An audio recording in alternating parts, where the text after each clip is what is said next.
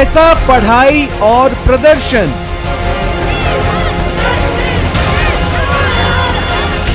जैसे तैसे पढ़ाई, स्कूल करें कमाई। असमंजस में अभिभावक, संकट में शिक्षक।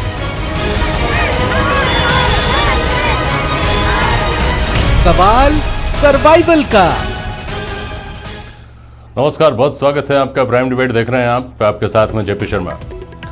कोरोना संकट का असमंजस सबसे ज्यादा हमारे मासूम बच्चों के इर्द गिर्द गहराया हुआ है। कोई नहीं जानता कि स्कूल कब खुलेंगे भी या इस सत्र में बच्चों को घर पर ही रहकर पढ़ना होगा। और इस असमंजस के बीच अभिभावकों की उलझन ये है कि हाथ पैर जोड़कर, सिफारिशें कराकर, पाई इकट्ठी करके या लॉटरी जीतकर बच्चों का महंगे और नामचीन स्कूलों में दाखिला तो करा दिया था। पेट काट कर पढ़ा भी रहे थे, पर अब कोरोना ने कमर तोड़ कर रख दी है। फीस कहां से भरें? सरकार ने राहत दी, पहले 30 जून तक फीस स्थगित की और अब स्कूल खुलने तक फीस स्थगित कर दी है। इस पर निजी स्कूल संचालकों की भौहें तन गई हैं। निजी स्कूल लामबंद होकर सरकार के फैसले के विरोध में उतर आए हैं।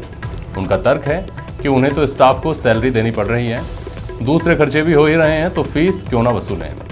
इस कश्मकश से कैसे बाहर आया जाएगा, ये देखने वाली बात होगी। और इसी पर आज हम प्राइम डिबेट में बहस करेंगे इन सवालों के जरिए कि कोरोना संकट में फीस वसूली कितनी जायज।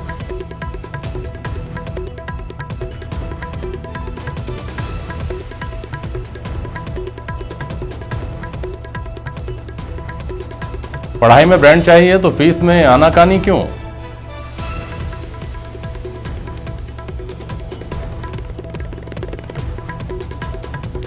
और शिक्षा देने वाले कब सीखेंगे सेवा का सबक?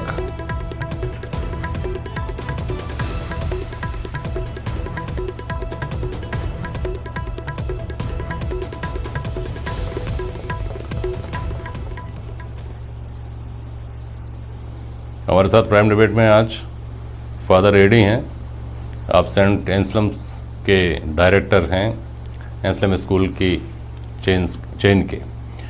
मुकेश शर्मा जी हैं, आप निजी स्कूल के अध्यापक हैं। और दिनेश कामत हैं हमारे साथ, पेरेंट्स वेलफेयर सोसाइटी के अध्यक्ष हैं। आप बहुत स्वागत करता हूं मैं आप सभी का। और सबसे पहले एडी साहब, आपके पास भी आ रहा हूं, आप तीनों के पास ही आ रहा हूं। और मेरा एक सवाल है आपसे कि आपका इस मामले में जो कंसर्न है, पहले मुझे वो बता दीजिए, फिर हम बहस पर जाते हैं। एडी साहब, जब बच्चे स्कूल नहीं आ रहे हैं, स्कूलें नहीं चल रही हैं, तो फिर फीस क्यों? एडी साहब। प्रोग्राम तो शुरू हो गया, वो बोल रहे थे पर आवाज़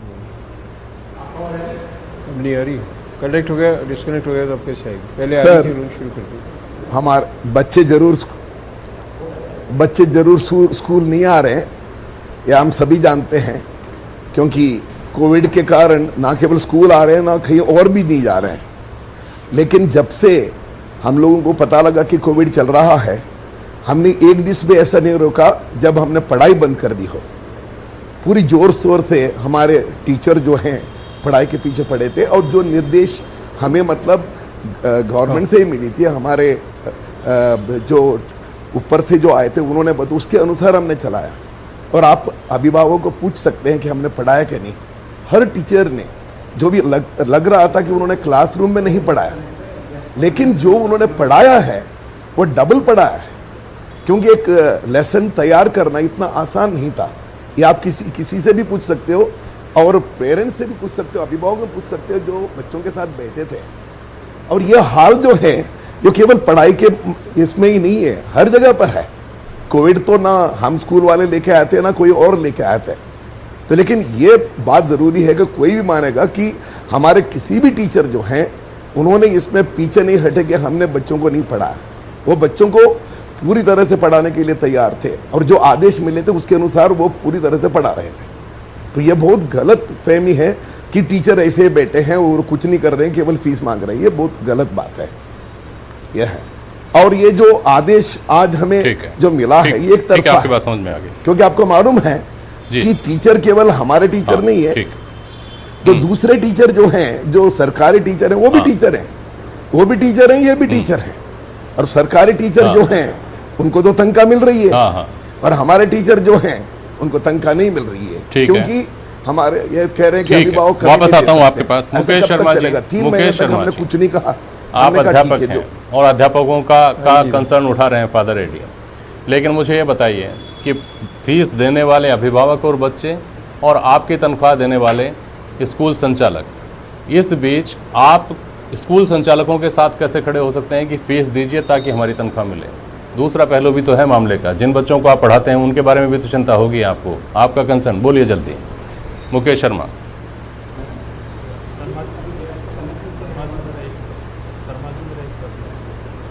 क्या वो मनी प्लांट है? क्या पैसे पेड़ पे उग रहे हैं? स्कूलों के पास अभिभावक पैसे जमा कराएंगे, फीस जमा होगी तो ही अब स्कूल दे पाएगा ना। कब तक, आखिर कितना देगा? जो अभिभावक ऐसे हैं जो वास्तव में सक्षम नहीं हैं, उन अभिभावकों को अपनी प्रार्थना, अपनी रिक्वेस्ट विद इनकम टैक्स जो उनका हर साल जमा कराते हैं, है ना, उसके साथ कि भाई मैं सरकारी कर्मचारी नहीं हूँ, मेरी फैक्ट्री बंद हो गई है, मैं इस कंपनी मेरी बंद हो गई है, मैं देने में असक्षम हूँ, तो एक ऑथेंटिक, एक प्रमाणिक तरीका स्कूलों के पास रिक्वेस्ट होगा तो स्कूल उसको कंसीडर करेगा वास्तव में कि ये अभिभावक देने में सक्षम नहीं है। सारे स्कूल कंसीडर कर लेंगे शर्मा जी, मुकेश शर्मा जी? इस तरह के बयानों से नहीं, मुझे बताइए कि ये काम अगर करेंगे लोग तो सारे स्कूल इस बात को कंसीडर कर लेंगे क्या? ऐसा कोई आप लोगों ने बैठकर तय किया है क्या? नहीं, लेकिन ऐसा आया भी नहीं है अभी तक। ऐसा अभिभावकों ने कोई रिक्वेस्ट भी नहीं किया है कि भाई मेरी फैक्ट्री बंद हो गई है, मुझे तनख्वाह नहीं मिल रही है। मुकेश जी आएगी बात कहाँ से? बंद हो गया है, आप लोग गाइडलाइन बनाकर अगर कुछ देंगे तो लोग सामने आएंगे ना। चलिए, मेरे समझ में आ गई कि मैं समझ गया, आपका कंसर्न आ गया कि स्कूल कोई मनी प्लांट नहीं है कि वहाँ पे पैसा पेड़ पर उगता है और आप लोगों को दिया जाएगा, अल्टीमेटली पैसा आएगा अभिभावक की जेब से, तो आप लोगों को तनख्वाह मिलेगी। ठीक है, बात समझ में आती है। दिनेश कावट को क्यों नहीं समझ में आती है बात? दिनेश कावट संक्षेप में बोलिएगा जी।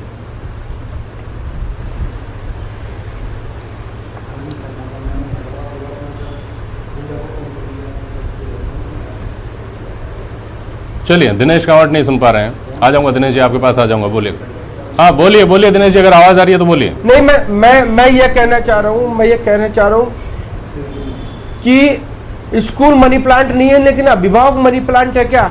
जब अभिभावकों के व्यापार धंधे सब कुछ छूट गए, नौकरियां छूट गई, सबकी तनख्वाहों में कटौती कर गई, अभिभावक मनी प्लांट नहीं है। जीवन व्यापन करने के लिए इधर उधर से व्यवस्था करनी पड़ रही है। आपकी नजर में तो मनी प्लांट है अभिभावक। आपने अभिभावकों को पैसा निकालने की मशीन से ज्यादा कुछ समझा ही नहीं। जो अभिभावक मनी प्लांट नहीं है, उनको अधिकार है आपका विरोध। आप शिक्षक मुकेश जी, आप जो शिक्षक लोग हो, आप जो शिक्षक लोग हो, आप तो गुरु का स्थान तो आप पहले ही खो चुके हैं। गुरु का स्थान, मेरी बात सुनिए, मेरी बात सुनिए, तो मेरी बात सुनिए क्या? गुरु का स्थान तो अपने परिवार को चलाएगा कैसे? तो आप पहले ही खो चुके हैं, लेकिन आप शिक्षण का कर्म भी नहीं कर पा रहे। आपको निजी स्कूल वालों ने आज वेतन नहीं देने और नौकरी नहीं देने की, नौकरी से निकालने की धमकी देकर आज आपको सड़कों पर उतार दिया। हम भी समझते हैं कि आप लोगों को जबरदस्ती आज सड़कों पर उतारा स्कूल प्रबंधन ने अभिभावकों से लड़ने के लिए। पहले आप उतरे थे के लिए, पेरेंट्स सड़कों पर उतर रहे, तो आज आप लोगों को चाहिए था। अरे मैं ये कह रहा हूँ कि हम उतरे, हमारी पीड़ा कोई सुन रहा नहीं है, हमारी मजबूरी है, हमारी कोई पीड़ा नहीं सुन रहे। आप ताला नहीं खोल रहे बात करने के लिए, आप बात नहीं करना चाहते। आज हम सड़कों पर उतरे, सरकार ने निर्णय दिया तब आप सड़कों पर उतरो, वरना आप ताला नहीं खोलते। कितने विद्यालयों के बारे अभिभावकों ने प्रदर्शन किया, कितने विद्यालयों के बारे अभिभावक गुहार लेकर गए, सरकार के पास गए। आप लोगों ने, आपको सुनना नहीं चाहते। एक मिनट दिनेश कावट, एक मिनट मुकेश शर्मा जी, अरे मुकेश शर्मा जी मेरी बात सुनिए। मुकेश शर्मा जी एक मिनट दिनेश कावट सुनिए। मुकेश शर्मा जी, मेरा एक लाइन का सवाल है और एक लाइन का जवाब दीजिएगा। मुकेश शर्मा जी, मेरे एक लाइन के सवाल का एक लाइन में जवाब दीजिएगा।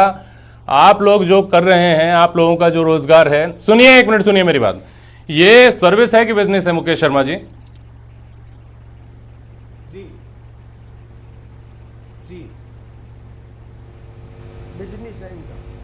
सर मुझे आवाज नहीं पहुंच पा रही आपकी। बिजनेस से बिजनेस मुकेश शर्मा जी, जी एजुकेशन शिक्षा सर्विस है कि बिजनेस है? हुआ करते थे, उनको इंडस्ट्री में तब्दील कर दिया गया उन्होंने। हाँ बिल्कुल है। क्या है? बिजनेस है, सर्विस है ना, सर्विस ही मानते हैं ना लोग, तभी आप लोगों के पैरों में दो लोग झुकते हैं, लोग सिर झुकाते हैं, आप लोगों के प्रति श्रद्धा रखते हैं, फादर बुलाते हैं, लोग श्रद्धा रखते हैं ना। तो और सरकार भी मानती है, केवल सोसाइटी नहीं, सरकार भी मानती है कि ये सर्विस है, इसलिए सरकारें जो हैं वो सब्सिडाइज्ड रेटों पर केवल नॉमिनल रेट्स पर आप लोगों को जमीन देती है, तमाम तरह की सहूलियत देती है। तो फिर ये कैसे कहा जा सकता है कि मनी प्लांट है क्या? जी जो श्रद्धा की बात करते हैं, जो आज की शिक्षा को ऋषिकुल से जोड़ना चाहते हैं, जो इसको ऋषिकुल बताने का प्रयास कर रहे हैं, हम महात्मा महापुरुष तो है नहीं, हमारे भी परिवार हैं, हमारे भी बच्चे हैं, हमें भी बिल जमा कराना है। नहीं, आप तो व्यापारी हो, कौन बता रहा है आपको महात्मा पुरुष? आप तो बिल्कुल व्यापारी हो, आप लोग तो इंडस्ट्रियल हो, उद्योगपति हो आप लोग। आपने तो शिक्षा को व्यापार बनाकर बेच दिया, सड़कों पर लेकर आगे शिक्षा को। आपको शर्म आनी चाहिए, आप शिक्षक जैसे पैसे भले यहाँ बच्चा अध्यापक को फादर कहता हो, भले ही बच्चा अध्यापक को फादर कहता हो, लेकिन ये ऋषिकुल नहीं है। अब सुनिए मेरी बात, सुनिए, एक मिनट मुकेश शर्मा मेरी बात सुनिए। फादर एडी आप भी सुन रहे हैं, आप अगर कोई टिप्पणी आप देना चाहें, इस पर कोई रिमार्क है आपका, तो फादर एडी आप भी बोल सकते हैं। अरे सुनिए दिनेश कांवट, सुनिए तो मुकेश शर्मा आप कह रहे हैं कि पैसे पेड़ पर नहीं उगते। बात समझ में आती है, बात समझ में आती है कि पैसे पेड़ पर नहीं उगते, स्कूलों के पास कोई मनी प्लांट नहीं लगे हैं, बात तो सुन लीजिए। अब मुझे ये बताइए भाई साहब, एक स्कूल का उदाहरण ले लीजिए जिसमें 1000 बच्चे हैं, लाख रुपया तो एक बच्चा खर्च करता है ना स्कूल के ऊपर, स्कूल की फीस के ऊपर। 1000 बच्चों का आपके पास 10 करोड़ रुपया आता है। आप बहुत अच्छी स्थिति में अगर 50 टीचर रखते हैं तो 25 लाख रुपए महीना, 50 हजार के टीचर रखते हैं, 50 टीचर रखते हैं, यानी 20 बच्चों पे एक शिक्षक रखते हैं, तो आप 25 लाख रुपए महीना यानी 3 करोड़ रुपया साल का आप सैलरी में देते हैं। क्या 7 करोड़ रुपए नहीं बचाते आप? और बचाते हैं तो ऐसे संकट के दौर में उसको सुरक्षित नहीं रखते। ऐसे संकट के दौर में आप लोगों को सब्सिडाइज्ड रेट पर नहीं पढ़ा सकते। मैं जिस स्कूल में बैठा हूं, हाँ कर दीजिए, बोलिए। हाँ, मैं जिस स्कूल की तरफ से बात कर रहा हूं, वहां ना तो कोई एडॉक पे है, ना किसी कर्मचारी को निकाला गया है। Yoga teacher, dance teacher, art teacher सब अपना अपना काम कर रहे हैं, दिन रात लगे हुए हैं। रात के 11 बजे भी बच्चे हमें फोन करके अपनी प्रॉब्लम शेयर करते हैं। हम पेरेंट्स से बाद में करते हैं, पहले हमसे पूछते हैं और हम उनकी समस्याओं का समाधान करते हैं। हम इन जनरल हम उनकी समस्याओं का समाधान करते हैं। हमारा मेहनताना हमें चाहिए, हम जो काम कर रहे हैं वो हमें चाहिए।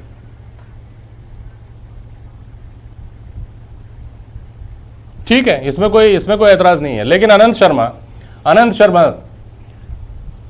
सुन पा रहे हैं क्या?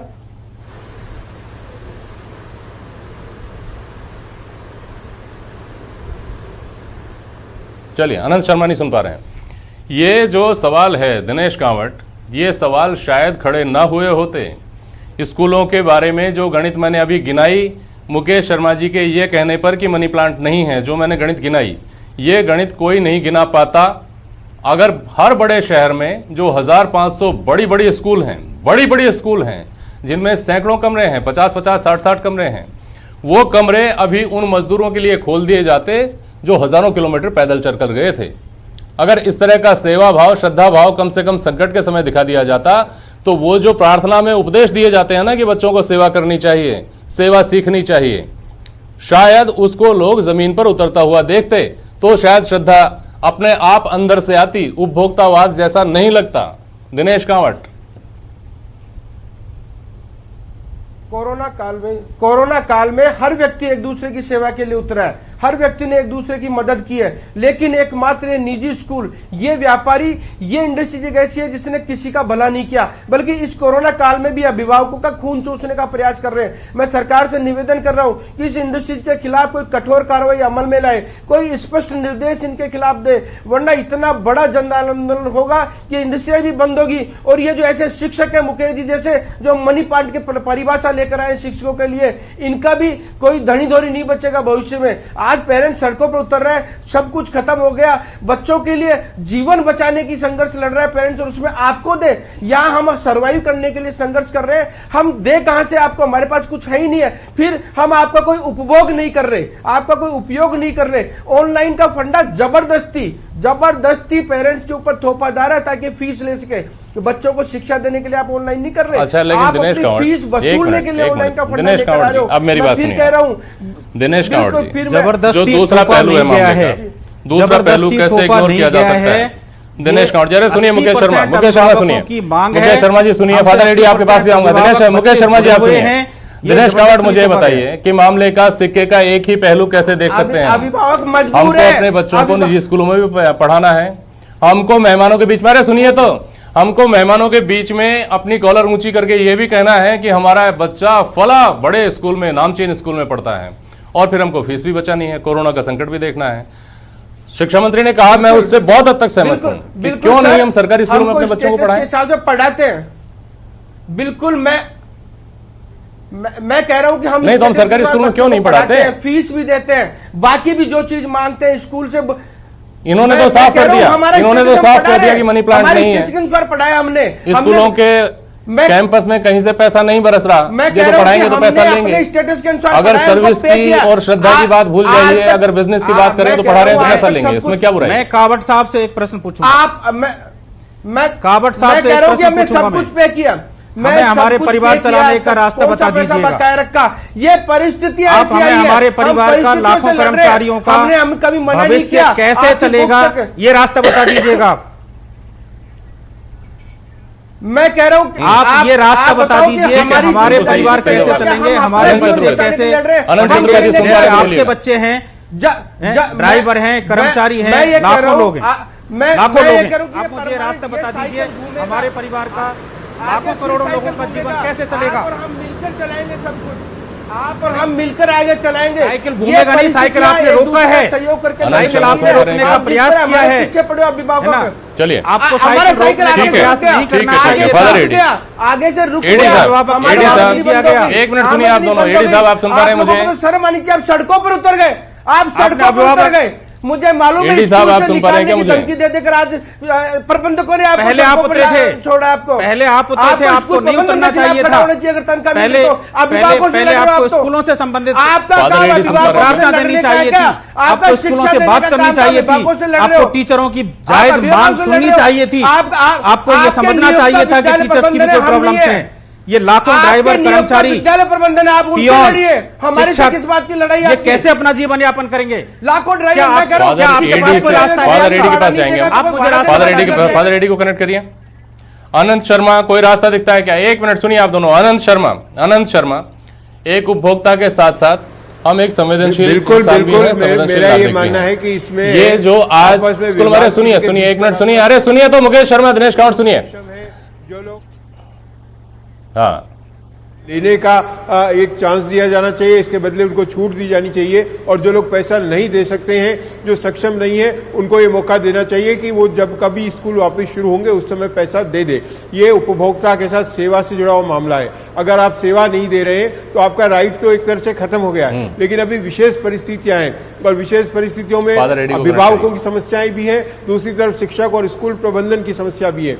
तो बिल्कुल मेरा ये सलाह है इसमें कि इसका ऐसा बीच का रास्ता होना चाहिए कि जो लोग सक्षम है और देना चाहते हैं उनको कुछ इस तरह का अवसर दिया जाना चाहिए, छूट दी जानी चाहिए कि वो मोटिवेट होकर खुद पैसा दे सके, और जो लोग पैसा नहीं दे सकते हैं उनको ये छूट दी जानी चाहिए कि वो जिस अवधि तक पढ़ाई नहीं हुई हो उस अवधि तक का पैसा, या तो वो कम पैसा उनसे लिया जाए, बिल्कुल पैसा नहीं लिया जाए, जो नहीं देने में सक्षम है उनसे बिल्कुल पैसा नहीं लिया जाए, या उनसे कम पैसा चार्ज किया जाए। इस तरह का रास्ता निकाला जाना चाहिए। दूसरा मेरा ये मानना है कि ऑनलाइन एजुकेशन की जो भी बात कर रहे हैं उसके लिए ऑप्शन लिया जाना चाहिए।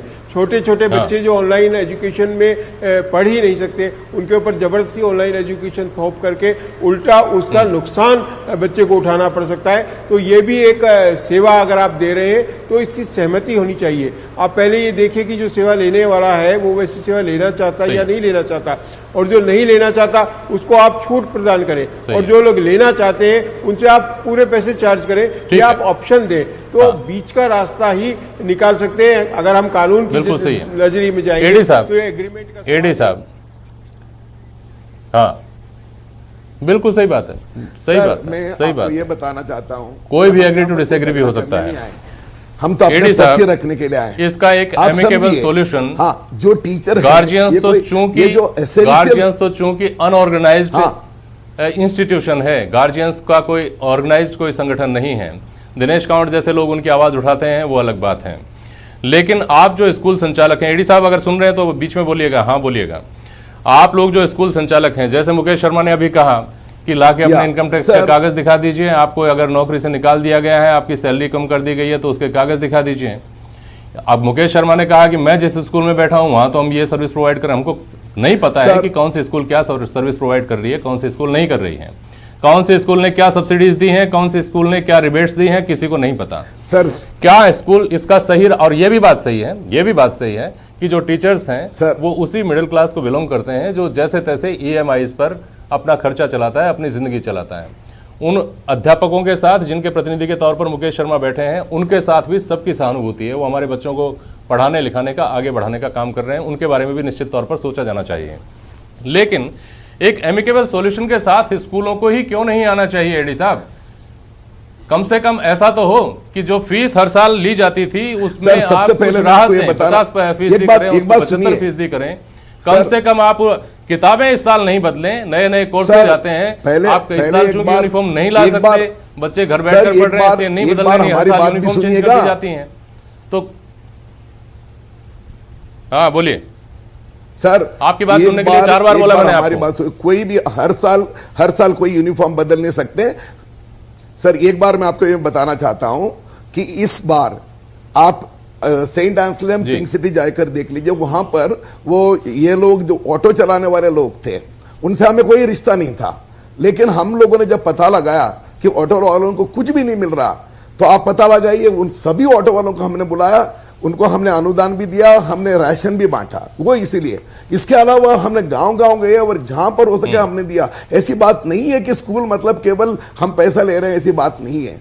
और यहां तक कि हमारे ऐसे जगह पर भी हमने शुरू किया, हमें कुछ भी नहीं मिल रहा, और यहां तक हो रहा सर, ये सब नहीं देख रहे हैं कि जिन लोग लास्ट ईयर का जो फीस था देने वाले थे, उसको भी वो नहीं दे रहे हैं। क्यों नहीं दे रहे? क्योंकि वो बैठे हैं कि ये सब हमको करके देंगे, कुछ देने की जरूरत ही नहीं है।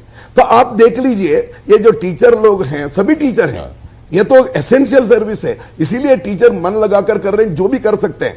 क्योंकि जो लोग ऑनलाइन कर रहे हैं, केवल स्कूल वाले ही नहीं कर रहे हैं, दूसरे भी तो ऑनलाइन कर रहे हैं। कोविड के समय ऐसे कोई टीचर थे जहां स्कूल में जाकर पढ़ाया था? नहीं था, लेकिन सरकार उनको तनख्वाह तो दे दिया उनको, तो क्योंकि वो भी तो अभिभावक के द्वारा ही तो इनडायरेक्टली उनको मिल रहा है। लेकिन यहां पर उनको बंद कर रहे हैं कि मत दो। ये कौन सा ये है? ये न्याय है क्या? ये कोई न्याय नहीं है। क्योंकि हमारे लिए ये है कि हम अपना सर्वंग ये करके सभी टीचरों को हम चाहते हैं कि अपना घर चले, अपना चूल्हा जले, ये हमें करना चाहते हैं। अगर हम ये करने नहीं देंगे तो कैसे चलेगा? तो ये न्याय होना चाहिए। आप कहीं भी किसी भी राज्य में देख लीजिएगा, ये परिस्थिति उत्पन्न नहीं हुई है। वहां पर तो सरकार ने भी और यहां पर जुडिशरी ने बोला कि उनको देना पड़ेगा। आपस में बात करके हम देख लेंगे क्या करें क्या ना करें, वो तो हम करने के लिए तैयार है। हमने बोला भी है। आप जो बात कर रहे हैं मुकेश शर्मा बोल चुके हैं, उनमें से बहुत सारी बातों से मैं भी इत्तेफाक रखता हूं और आम अभिभावक भी इत्तेफाक रखता है, ठीक है ना। अब मैं जो बात आपको कह रहा हूं उसके बारे में बोलिए कि क्या ऐसा नहीं होना चाहिए कि आप स्कूल वाले मिलकर गाइडलाइन बनाएं कि भाई अगर किसी के साथ कोई एक्सेप्शनल सिचुएशन किसी के साथ है, अगर किसी को नौकरी से निकाल दिया गया, किसी की तनख्वाह कम कर दी गई है, किसी का धंधा बंद हो गया है, कोई दुकान खाली करवा ली है, कुछ भी ऐसा हुआ है तो आप हमको बताइए, हम कंसिडर करेंगे। और इन जनरल हम अगर 100 रुपया लेते थे तो हम 50 लेंगे कि 60 लेंगे कि 70 लेंगे कोरोना में। क्या ऐसा नहीं करना चाहिए आपको?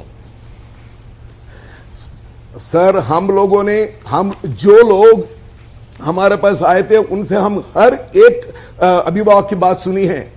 आज मैं आपको बता रहा हूं, हमारे पास एक ऐसी टीचर थी जिसको कोई काम नहीं था यहां पर, लेकिन उन्होंने वो रोने लगी कि हमारा परिस्थिति, आपने कहा नहीं हम आपको नहीं निकालेंगे, हम आपको रखेंगे कि चाहे हमारा कुछ भी हो। तो हमने एक मानवीय तौर पर देखा, ऐसा नहीं कि हम पैसा लाकर इधर अंदर रखा, उनको ऐसा नहीं था। आप देख लीजिए कि 3 महीने से हमें नहीं मिला, और हमारे कई स्कूलों में पिछले साल की पूरी फीस नहीं मिली है, और वो देने वाले थे, कई अभिभावक देने वाले थे, लेकिन कुछ इन्हें गिने लोग मिलकर कह रहे ये भी मत दो वो भी मत दो। ये कैसे चलेगा? ये तो टीचर तो ह्यूमन बीइंग्स है, वो तो ह्यूमन बींग्स होने के नाते ही तो देखना चाहिए। तो ये ऐसा हम करेंगे कि मतलब बस गवर्नमेंट उनको सभी टीचरों को देंगे जो उनके टीचर हैं, और ये टीचर उनके नहीं है, सभी टीचर उनके हैं, हम सभी आपके ही हैं।